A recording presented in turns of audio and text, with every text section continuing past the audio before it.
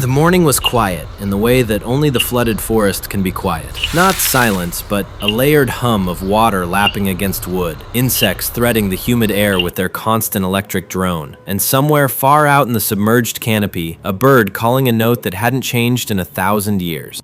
Dona Iracema Ferreira stood on the platform of her stilt house at Três Palafitas and looked out at a world that was mostly water. The Várzea forest was submerged. 12 meters of river had risen through the rainy season, swallowing the ground, the paths, the lower trunks of the great ceiba trees until only their crowns remained, green islands floating on brown water, like a forest dreaming of becoming ocean. She was 78, born in this house. Not this exact structure, the wood had been replaced 3 times. But the stilts stood where her grandfather drove them 60 years before she arrived. The Juru tributary flowed past her front platform the way a road flows past a house in the city. Constant, familiar, the thing you orient your life around without thinking about it. Her morning routine hadn't changed in decades. Wake before the sun, boil river water, strain through cloth heated to rolling. For coffee, made from beans she roasted herself over the wood stove. Check the water level against the marks carved into the central stilt. Feed the chickens, who lived on a raised platform she'd built specifically for flood season, clucking nervously above water they didn't understand. The watermark today read 12.3 meters. High. Not the highest she'd seen. The flood of 1979 had reached 14, but high enough that the lower platform was submerged and the main living floor sat only 2 meters above the surface. Comfortable, not alarming. Iracema, the water marker says 12.3 meters. That's higher than your stubbornness, and I didn't think anything was higher than your stubbornness. Raimundo, 65, her neighbor for 40 years, pulling his motorized canoe alongside her platform with the practiced ease of a man who'd been parking boats at stilt houses since before he could walk. He carried a sack of manioc flour and the particular expression of someone holding information they weren't sure they should share. Iracema took the flour. She didn't thank him. They'd stopped thanking each other for routine exchanges decades ago. Gratitude between river neighbors was structural, not verbal. You gave when you had, you received when you needed. The ledger was kept by the river, not by the people. Raimundo didn't leave. He tied his canoe and stood on her platform and looked at the water, and then at her, and then at the water again. And Iracema recognized the body language of a man working up to something.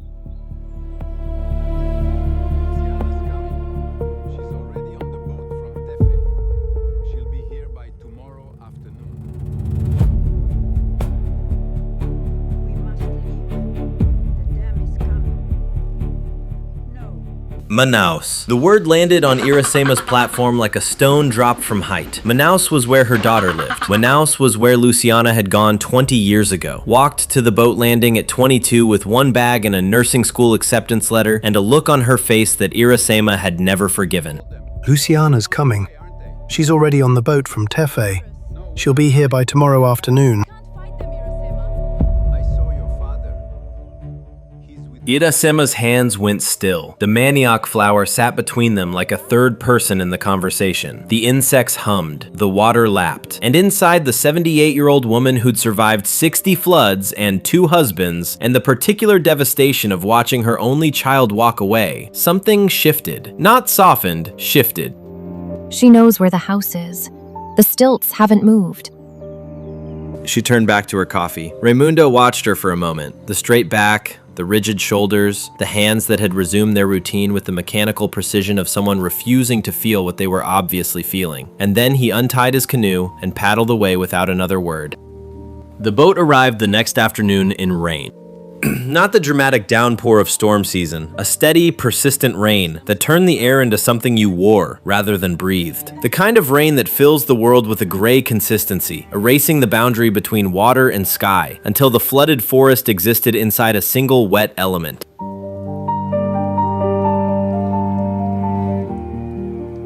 Luciana Ferreira stepped from the community boat onto her mother's platform and stood there. 42, wearing city clothes already soaking through, carrying a backpack and a medical kit and 20 years of accumulated distance.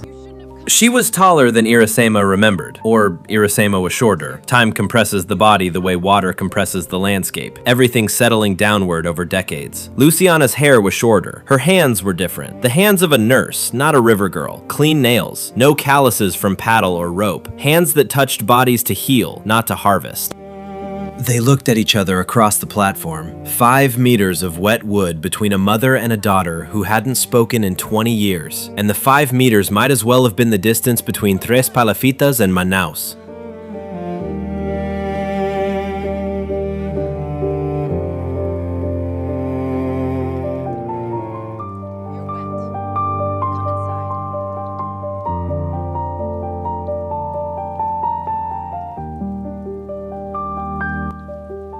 That was the reunion. Not an embrace, not tears. 2 sentences, one a name, one a practical observation, and then the movement inside to the house's main room, where the wood stove gave heat and the rain drummed on the palm thatch roof with the persistence of a conversation no one was having.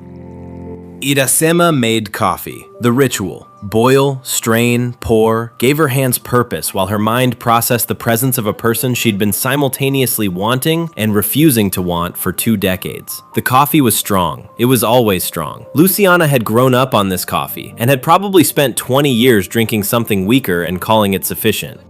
The house looks the same. Wood gets replaced. Stilts hold. The house is the house.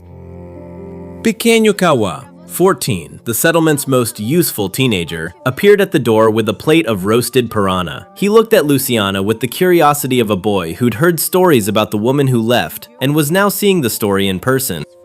They ate piranha flesh, manioc, the particular meal of the flooded forest that hadn't changed since Luciana was small enough to eat it on her mother's lap. The taste was the same. Everything about Três Palafitas was the same. That was the point Iracema was making without speaking. The river life endured. The river life was here. The river life hadn't gone anywhere.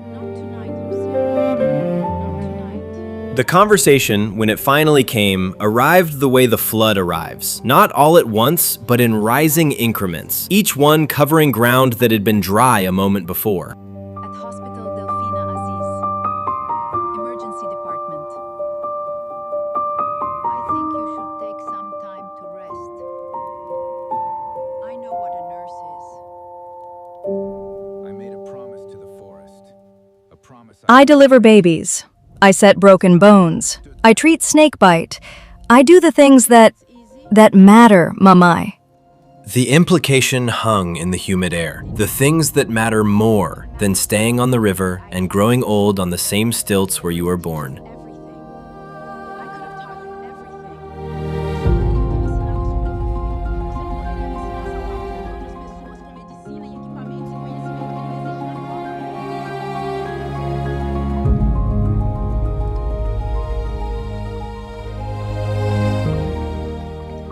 There it was, the old wound, opened with surgical precision by a woman who'd learned surgery in the years since she'd left. The fundamental disagreement that had driven Luciana away. Iracema believed the river was enough. Luciana believed the river was not enough. That there was a world beyond the water where her skills could do more.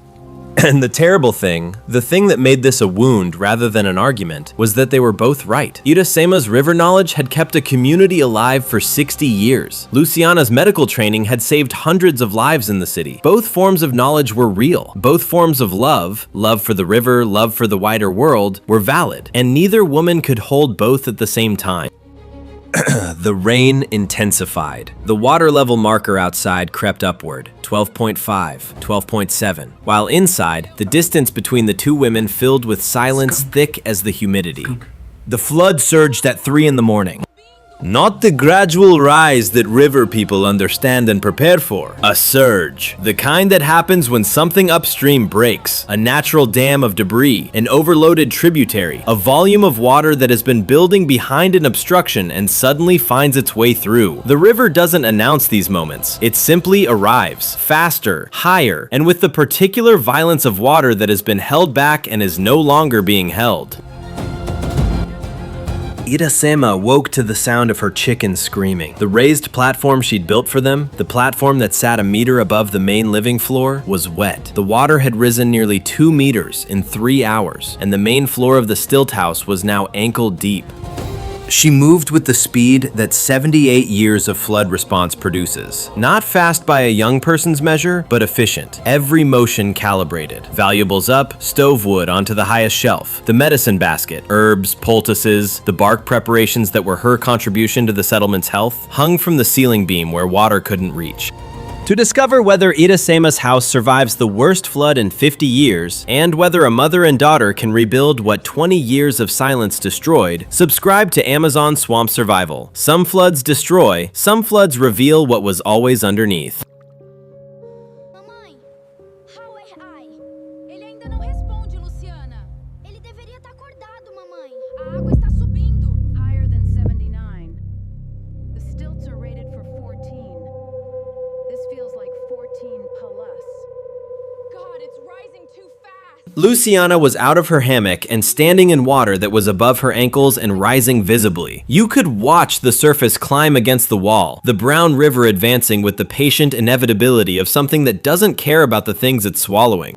The house groaned. Not the normal sounds of wood adjusting to water. The deep structural complaint of stilts under pressure they weren't designed to handle. 60-year-old hardwood, driven deep into riverbed clay, now processing lateral force from a current that had shifted from its normal channel and was pushing against the structure sideways.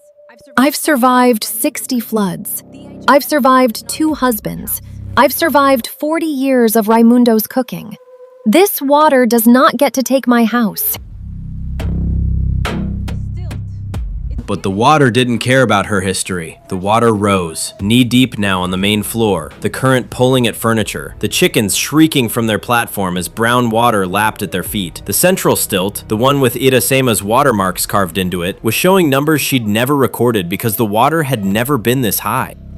A crack. One of the secondary stilts, the corner support on the downstream side, shifted. Not broke, shifted. The house tilted 2 degrees, enough that the water on the floor ran toward the downstream wall. Enough that standing required effort. Enough that the structure's integrity was now a question rather than a fact.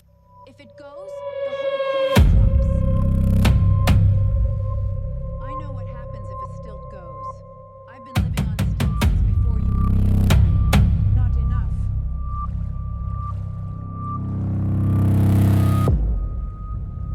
But Iracema's body wouldn't do what her mind demanded. 78 years of river-hardened muscle met the cold water and the current and the particular challenge of working submerged, and the body said no. The joints locked, the circulation retreated. The strength that had been sufficient for 60 years of flood management was insufficient for this flood, this night, this emergency.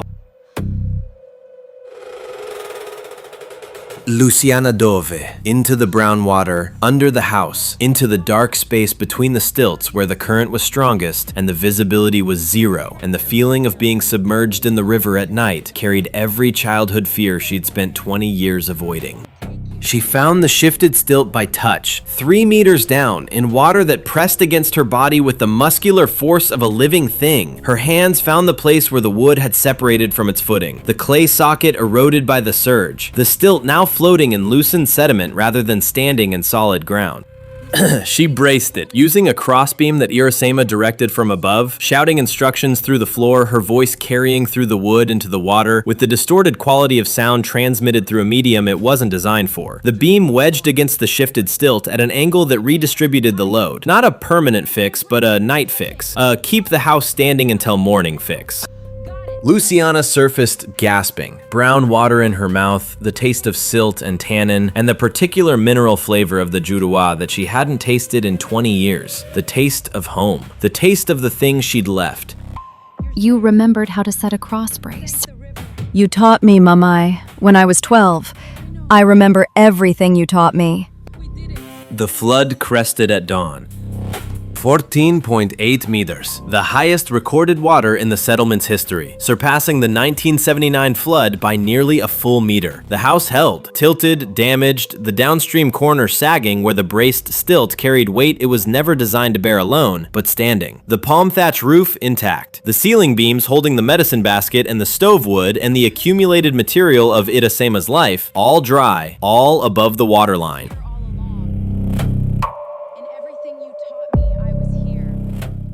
Raimundo arrived by canoe at first light. His house had taken less damage. His stilts were newer, set in deeper clay. He brought fresh water and dried fish and the expression of a man surveying aftermath. Valkyria's house lost a wall. The schoolroom platform collapsed. But everyone's accounted for. No one's gone. No one's gone. The phrase carried weight in a community where the river could take people as easily as it took walls. 14 families, all present, all above the waterline. The settlement had bent, but not broken. Iracema and Luciana sat on the main platform as the water began its slow retreat. Not dramatically, not visibly at first, but measurably. The marks on the central stilt showed 14.6 by mid-morning, 14.4 by noon. The flood relaxing its grip the way a fist opens. The river remembering its normal channel, the urgency draining with the water. The silence between them had changed. Not warmed. Silence doesn't warm, it transforms. The silence of the previous day had been the compressed quiet of two people refusing to speak. The silence of this morning was the exhausted quiet of two people who'd worked together in the dark, underwater, and saved something neither could have saved alone.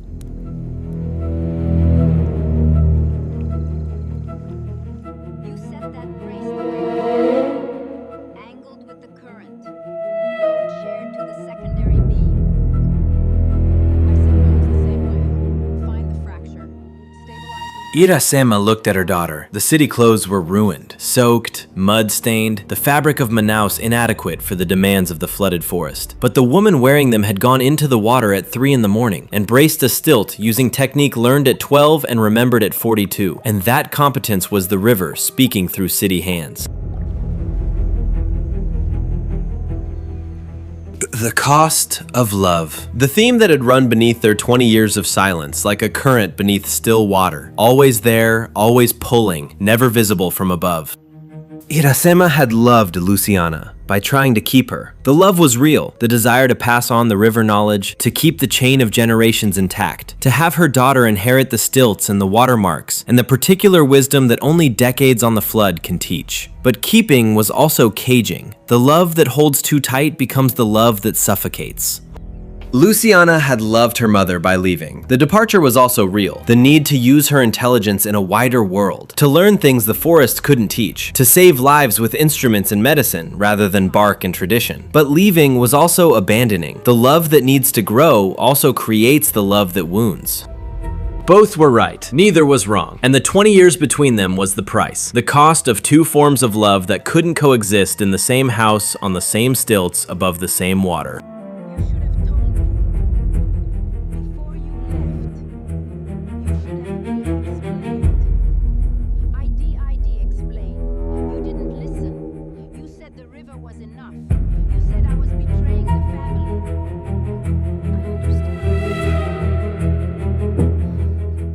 I was afraid. If you left and succeeded, it meant the river wasn't enough. It meant my whole life wasn't enough. There it was, the truth beneath the stubbornness. Not anger, fear. The particular terror of a woman who'd built her identity on the river being told by her own daughter's departure that the river was insufficient. That 60 years of flood knowledge and jungle medicine and stilt house engineering amounted to less than a nursing degree from a city she'd never visited. Mamai, your life is enough. Your life kept 14 families alive for 60 years. I didn't leave because the river wasn't enough. I left because I wanted to carry the river further, into places it couldn't reach on its own. Iracema's hands. River hands. 78 years of callous and strength and the particular grip that comes from a lifetime of holding rope and paddle and the things that keep you above the water, reached across the platform and took her daughter's hands. Nurse hands. City hands. Hands that set bones the way Iracema set cross braces. Different tools. Same principle. Stabilize the fracture, redirect the force, save what can be saved. The flood continued its slow retreat. By afternoon, the watermarks showed 13.9. Still high, still dangerous, but descending. The settlement began its recovery, assessing damage, sharing supplies, making plans for repair when the dry season exposed the structural truth of what the water had done. Heading out to check the supplies. Luciana stayed 3 weeks, not because the boat schedule required it, boats ran weekly, but because the house needed repair and her hands, trained in anatomy and suture and the particular patience of emergency medicine, were useful. She braced stilts and treated the settlement's small injuries, and taught Kawa how to clean a wound properly, and Iracema watched and said nothing and noticed everything.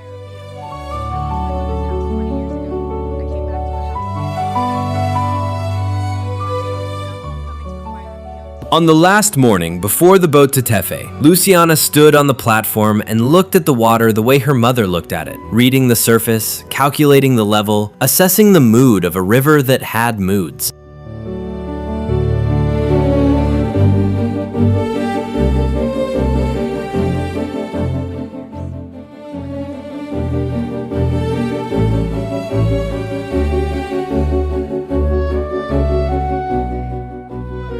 It was the first time in 60 years that Iracema had admitted the forest wasn't the only pharmacy. The concession was small, a single sentence, a practical request, but it contained within it the acknowledgement that Luciana's choice to leave had produced something valuable, something the river couldn't produce alone.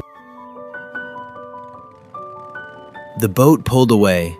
Luciana watched the stilt house grow small across the expanding water. Iracema watched the boat grow small in the opposite direction. Between them, the river. The same river that had separated them and connected them and flooded their house and tested their silence and ultimately, carried one of them back to the other. The cost of love is distance. The reward of love is return. And the river, patient, seasonal, rising and falling in the ancient rhythm that predates every family that has ever built stilts above it, keeps the account. The watermarks on Iracema's central stilt now included a new entry, 14.8 meters, February 2026, the highest water, the night her daughter came back. She carved it deep,